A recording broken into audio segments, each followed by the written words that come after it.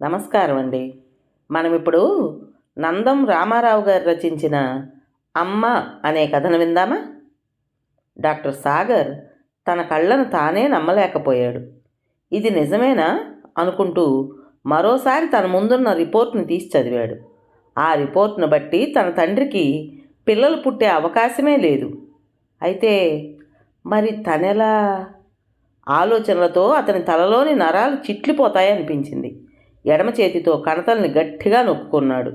అతని అవస్థను గమనిస్తున్న డాక్టర్ భానుమూర్తి సాగర్ దగ్గరకు వచ్చి భుజం మీద చేయి వేసి, మిస్టర్ సాగర్, నువ్వు ఈ విషయాన్ని సీరియస్గా తీసుకోకూడదు. సైన్స్ ఎన్నో అద్భుతాలను సృష్టిస్తోంది. మనలాంటి డాక్టర్లు కూడా నమ్మలేని ఎన్నో వింతలు ఈ లోకంలో జరుగుతున్నాయి. మనిషి కంటే ప్రకృతి ఎన్నో రెట్లు గొప్పది. అయినా సాగర్, ఇది 25 ఏళ్ల నాటి విషయం అన్నాడు. కావచ్చు డాక్టర్, కానీ ఇది నా స్వవిషయం, అందుకే నాకింత బాధ. సాగర్, అది నిజం కాదని చెప్తున్నాను. మీ నాన్న నేను స్నేహితులం. మీ నాన్న ఓ రోజు నా దగ్గరకు వచ్చి సిగ్గుపడుతూ, భానుమూర్తి, నువ్వు పరీక్షించాలి, ఇంకో డాక్టర్ దగ్గరికి వెళ్ళలేను, స్నేహితుడివి కాబట్టి నీ దగ్గరకు వచ్చాను. మా ఆవిడను లేడీ డాక్టర్ పరీక్ష చేసి ఆవిడకు ఏ లోపం లేదని చెప్పింది. నువ్వు కూడా నన్ను పరీక్ష చేశావంటే నాకు తృప్తి అన్నాడు. నేను పరీక్ష చేశాను. మీ నాన్నకి పిల్లలు పుట్టే అవకాశం లేదు. ఆ విషయం మీ నాన్నతో చెప్పడానికి బాధపడి అబద్ధం చెప్పాను. మీ నాన్న ఎంతో సంతోషిస్తూ వెళ్ళిపోయాడు. నిజం దాచినందుకు నేను చాలా విచారించాను.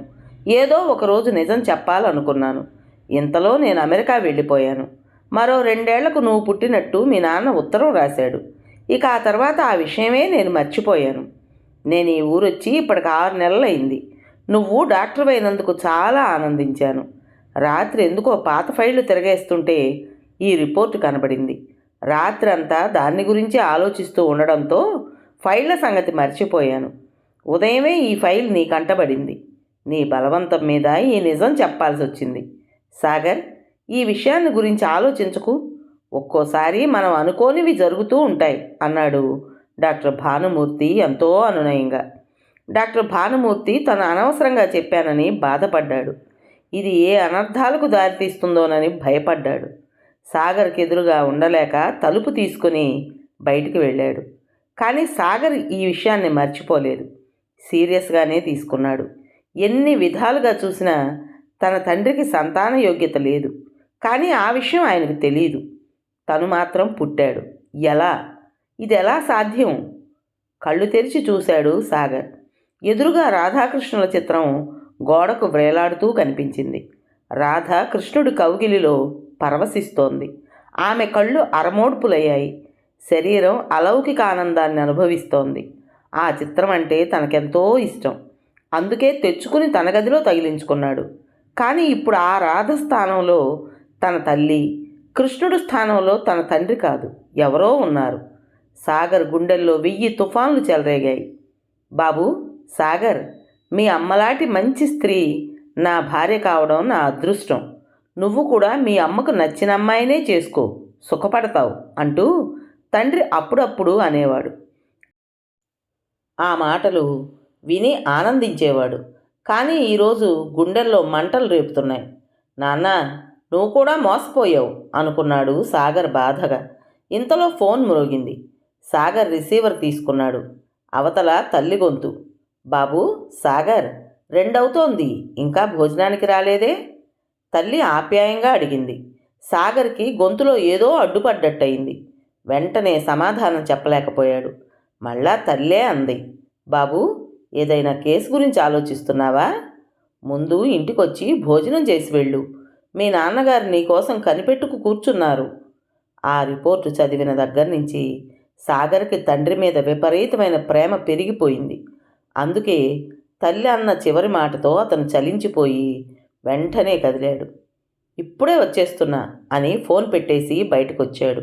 స్కూటర్ మీద 15 గంటలో ఇంటికొచ్చాడు. స్కూటర్ చప్పుడు విని తల్లి అనసూయ బయటకొచ్చి, ఈవేళ ఇంత ఆలస్యమైందేంటి బాబు అని ఆరాటంగా అడిగింది. సాగర్ తలెత్తి తల్లి ముఖంలోకి చూడలేకపోయాడు. తల్లిని తప్పించుకుని గబగబా లోపలికి వెళ్ళాడు. డ్రెస్ మార్చుకుని డైనింగ్ టేబుల్ దగ్గరకు వచ్చాడు. అప్పటికే తండ్రి రాజారావు కుర్చీలో కూర్చునున్నాడు. నాన్న, మీరింతవరకు భోజనం చేయలేదా? అసలే మీకు ఒంట్లో బాగుండడం లేదు. ఇంతవరకు భోజనం చేయకుండా ఉండడం మంచిది కాదు అన్నాడు కుర్చీ జరుపుకుని కూర్చుంటూ సాగర్.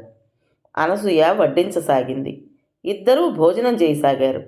ప్రతిరోజు భోజనం చేస్తున్నప్పుడు తన హాస్పిటల్ విశేషాలు తల్లికి చెప్పడం సాగర్ అలవాటు. కానీ ఈరోజు తలెత్తి తల్లివైపు చూడడమే అసహ్యం అనిపిస్తోంది. ఎవరో తరుముకొస్తున్నట్టు గబగబా భోజనం చేసి వెళ్ళిపోయాడు సాగర్. కొడుకు ప్రవర్తన వింతగా ఉన్నా అనసూయ పెద్దగా పట్టించుకోలేదు. సాగర్కు ఇంట్లో తల్లి ఎదురుగా ఉండడం చాలా దుర్భరంగా ఉంది. కళ్ళు మూసుకున్నా తెరచినా అతనికి ఒకే ఒక్క విషయం మనస్సులో మెదిలి సంచలనం కలిగిస్తోంది. తన తల్లి ఎవరి వల్లనో తనని కన్నది. తన తండ్రికి అసలు విషయం తెలియకపోవటం వలన తనని తన సొంత కొడుకుగానే భావిస్తున్నాడు. తనదెంతో హీనమైన బ్రతుకు. తన తండ్రి ఎవరో తెలీదు. తనింతకాలం రాజారావుని తండ్రిగానే భావిస్తూ వచ్చాడు. తనకి ఈ విషయం తెలియకపోయినా బాగుండేది. ఇప్పుడు తనకి తెలిసింది కాబట్టి తండ్రికి చెప్పడం తన విధి. ఇంకా ఆయన్ని తమ స్వంత కొడుకనే భ్రమలో ఉంచటం క్షమించరాని నేరం. వారం రోజులు గడిచాయి. సాగర్కి ఇంటికి రావడానికే దుర్భరంగా ఉంది. తల్లిని అమ్మా అని పిలవలేకపోతున్నాడు. ఇంటికి రాగానే గలగలా మాట్లాడే సాగర్ ఒక్కసారి మూగవాడిలా మారడం చూసి తల్లి కంగారు పడింది. చాలాసార్లు కారణం ఏమిటని సాగర్ని అడగడానికి ప్రయత్నించింది. కానీ సాగర్ తల్లిని తప్పించుకుని తిరగసాగాడు. ఉదయం 7 గంటలకి హాస్పిటల్కి వెళ్ళిపోయేవాడు. మధ్యాహ్నం భోజనం అక్కడికే తెప్పించుకునేవాడు. రాత్రి 10 గంటలు దాటిన తర్వాత ఇంటికి వచ్చేవాడు. 1-2 సార్లు రాజారావు అడిగాడు. రీసెర్చ్ వర్క్ కొంత పూర్తి చేయాల్సి ఉందని, అంచేత తన మనసు దాని మీదనే లగ్నం చేయాల్సి ఉందని సమాధానం చెప్పాడు. ఆ సమాధానం ఆయనకు తృప్తి కలిగించకపోయినా మారు మాట్లాడలేదు.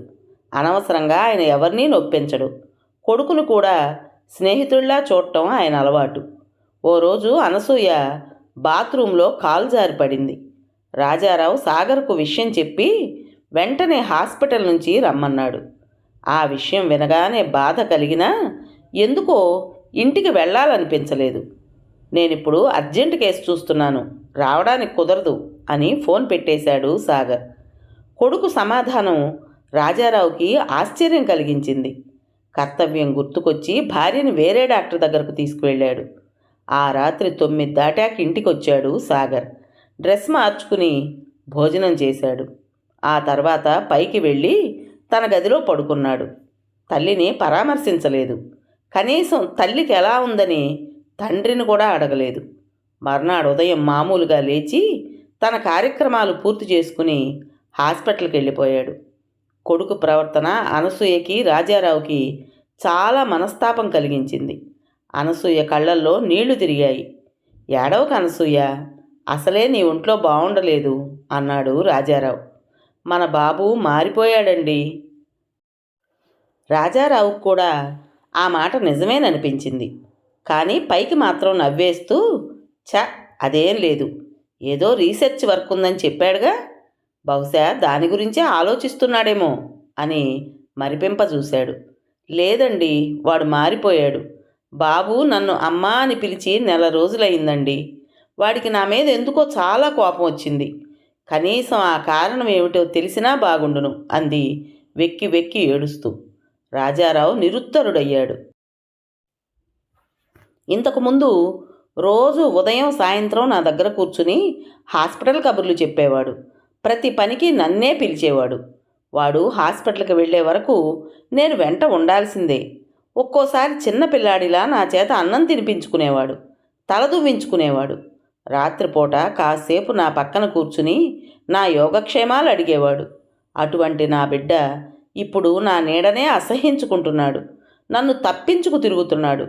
నేను వాడికి ఏం ద్రోహం చేశానండి? కనీసం నా తప్పేమిటో చెప్పచ్చు కదా. దుఃఖం ముంచుకు రావడంతో మాట్లాడలేక ఆగిపోయింది. వెక్కి వెక్కి ఏడుస్తున్న భార్యని ఎలా ఓదార్చాలో ఆయనకు అర్థం కాలేదు.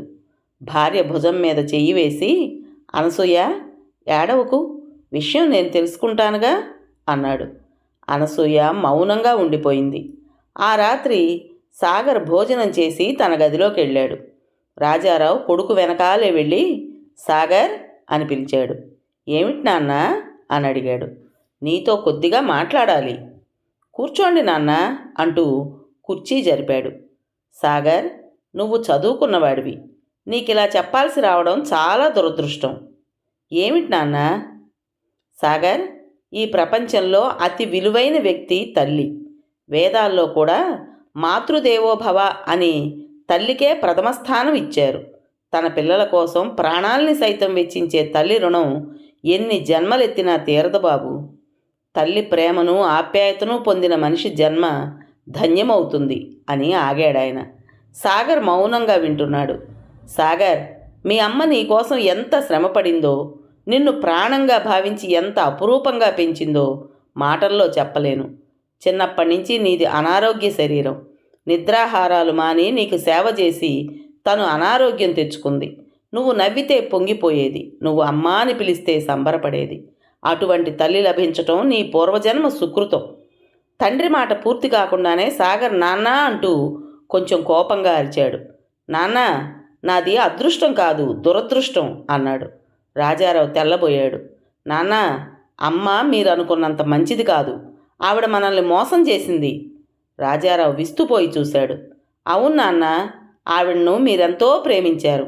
ఆవిడ మీ అంత మంచి వ్యక్తిని మోసం చేసిన దుర్మార్గురాలు అన్నాడు సాగర్. కొడుకు అన్న మాటతో రాజారావుకి ఎక్కడలేని కోపం వచ్చింది. సాగర్ చెంప చెళ్ళుమనిపించాడు. తల మీద పెట్టుకుని పూజించాల్సిన తల్లిని అనాల్సిన మాటేనా ఇది? అనసూయ నా ప్రాణం. ఆమెనొక్క మాట అంటే నేను సహించను అన్నాడు రాజారావు. నాన్న, అసలు విషయం తెలిస్తే మీరు కూడా ఆ మాటే అంటారు అంటూ లేచి డాక్టర్ భానుమూర్తి ఇచ్చిన రిపోర్టు చదివి వినిపించి, నాన్న విన్నారు కదా, మీకు సంతాన యోగం లేదు అంటే అర్థమైందా? నేను మీ కొడుకుని కాను, ఆవిడ ఎవరితోనో అంటూ సాగర్ ఏదో అనబోయాడు. వెంటనే రాజారావు అడ్డుపడి, సాగర్, నాకు పిల్లలు పుట్టరనే విషయం నాకెప్పుడో తెలుసు. అనసూయకు అవకాశం ఉంది. కొంతమంది డాక్టర్లు కృత్రిమ గర్భోత్పత్తికి సలహా ఇచ్చారు. అనసూయ అందుకు ఒప్పుకోలేదు. నేను అనసూయను మళ్ళీ పెళ్లి చేసుకోమన్నాను. ఆ మాట అన్నానని నాతో వారం రోజులు మాట్లాడటం మానేసింది. ఆ రోజుల్లోనే అనసూయకు కడుపులో బల్ల పెరిగింది. అందరూ గర్భవతి అయిందనుకున్నారు. ఇది ఒకందుకు మంచిదే అనుకున్నాను. మీ అమ్మను ఢిల్లీ తీసుకెళ్ళి ఆపరేషన్ చేయించాను. అక్కడే హాస్పిటల్లో అనుకోని సంఘటన ఒకటి జరిగింది. మా పక్క రూంలో ఉన్న స్త్రీ 3 రోజుల పసికందును వదిలేసి వెళ్ళిపోయింది. అందరూ కంగారు పడుతుంటే అక్కడి హాస్పిటల్ సూపరింటెండెంటు నాకు పరిచయస్తుడు కావడం వలన ఆయన అనుమతితో మేము ఆ పిల్లవాడిని పెంచుకోవడానికి తీసుకున్నాం. తిరిగి ఈ ఊరు వచ్చాం. మాకు పుట్టిన బాబే అని అందరికీ చెప్పాం. అందరూ నమ్మేశారు. ఆ బాబే ఈ సాగర్. మీ అమ్మ కన్న కొడుకు కంటే ఎక్కువ ప్రేమతో నిన్ను పెంచి పెద్ద చేసింది. నువ్వు తన కొడుకువేనని మురిసిపోయేది. ఇప్పుడు చెప్పు సాగర్, నీ తల్లి చేసిన తప్పేమిటి? పిల్లాడిని తీసుకొచ్చి పెంచుకోవడం తప్ప? ఏమిటి నీ తల్లి చేసిన తప్పు? ఆవేశంగా అడిగాడు రాజారావు. సాగర్కి ఈ ప్రపంచమంతా గిర్రున తిరిగినట్లయింది. 2 పెద్ద మంచుదిమ్మెల మధ్య శరీరాన్ని ఉంచి నొక్కినట్లుగా అయిపోయాడు. ఈ లోకంలో దొంగగా, అనాథగా, రోడ్ల మీద అడుక్కోవలసిన వాడిని తీసుకొచ్చి అందలం ఎక్కించారు. అక్రమ సంతానాన్ని ఎంతో ప్రేమతో పెంచారు. కానీ తను ఆ తల్లినే అనుమానించాడు. తనను కన్న తల్లికి తను అక్కర్లేకపోతే తనని తీసుకొచ్చి కన్న తల్లి కంటే ఎక్కువ ప్రేమించి పెంచిన అమ్మని తను అమ్మా అని పిలవకుండా బాధ పెట్టాడు. తనను పెంచిన తల్లే నిజమైన అమ్మ. సాగర్ గొంతులో నుండి చాలా రోజుల తర్వాత అమ్మా అన్న శబ్దం బయటికొచ్చింది. పుట్టిన ప్రతి ప్రాణి ఏడుపులోనూ, బాధలోనూ, దుఃఖంలోనూ, ఆనందంలోనూ అప్రయత్నంగా వచ్చే శబ్దం, ప్రాణమున్న ప్రతి జీవి చేసే ఆలాపన. అమ్మా అన్న పదం ఆ ఇల్లంతా మారుమ్రోగింది. కథ పేరు అమ్మ. రచించిన వారు నందం రామారావు గారు. విన్నారు కదండి. మరి ఈ కథ మీకు నచ్చిందా? నచ్చినట్టయితే లైక్ చేసి మరో 4గురికి షేర్ చేయండి. అలాగే ఈ కథ పైన మీ విలువైన అభిప్రాయాన్ని కామెంట్ బాక్స్లో తప్పకుండా తెలియజేస్తారు కదా. మరి ఇంత మంచి కథను మనకు అందించిన రైటర్ గారికి మనందరి తరపున మనస్ఫూర్తిగా ధన్యవాదాలు తెలుపుకుంటూ, ఇటువంటి మంచి మంచి కథల కోసం కొత్త వాళ్ళు మన ఛానల్ని తప్పకుండా సబ్స్క్రైబ్ చేసుకోండి. రేపు మరో మంచి కథతో మీ ముందుకు వస్తాను. అప్పటి వరకు ఉంటానండి.